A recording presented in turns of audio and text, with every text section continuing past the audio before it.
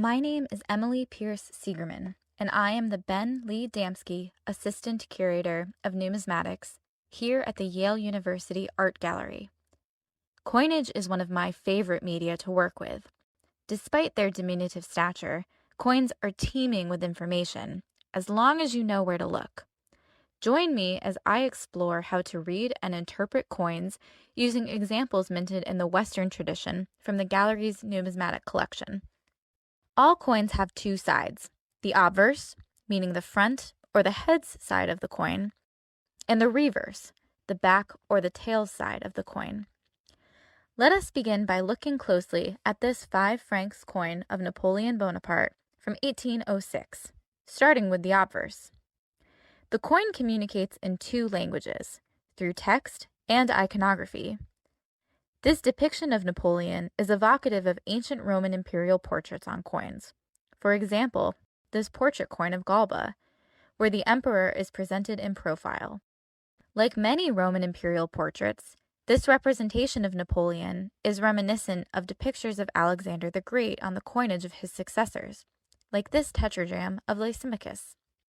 The connection between Napoleon and Alexander is particularly visible on this coin, in the definition and curl of Napoleon's hair. Alexander's portraits are also famously inspired by illustrations of the Greco-Roman divinity Heracles, as seen on this tetradrachm of Alexander. By way of these shared physical attributes, Napoleon's image here is intended to communicate his semi-divine and victorious characteristics as the head of state of a constantly expanding empire. On top of such strong iconographic messages of Napoleon's imperial grandeur, there is also the legend or the text. Numismatists will often describe components of a coin's face by expressing directional coordinates, as if the coin face was a clock. The legend here begins at about 7 o'clock and continues across the rim.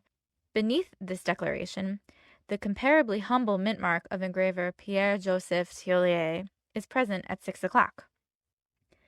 The reverse of this coin continues that earlier iconographic message of imperial Rome. The denomination, 5 francs, is surrounded by a wreath, a continued nod to Roman victory and prestige. Around the wreath is French text. From these 2 faces, we already clearly see a strong connection to antiquity's long-lasting and largest empires. Napoleon's determination to be understood as equal to the legendary emperors of the classical age is undeniable. The third side of the coin, however, really drives this message home. A coin's edge is often referred to as its third side by numismatists. While not every edge has iconography or legend, they are very often used to communicate decoration, additional prestige, or function as a security feature. On Napoleon's 5 franc, we actually see all 3. The edge text reads, "God protect France." The message is punctuated with a star, offering further grandeur to the statement. At face value, this is an expected phrase. Napoleon, like many Frenchmen of the time, had been baptized into the Catholic Church as a child. He was instrumental in reconciling the Catholic Church and the French state. However, on the other 2 sides of the coin, he very clearly uses language equating himself with emperors of the past, many of whom claimed divine origin or were worshipped as divinities after death.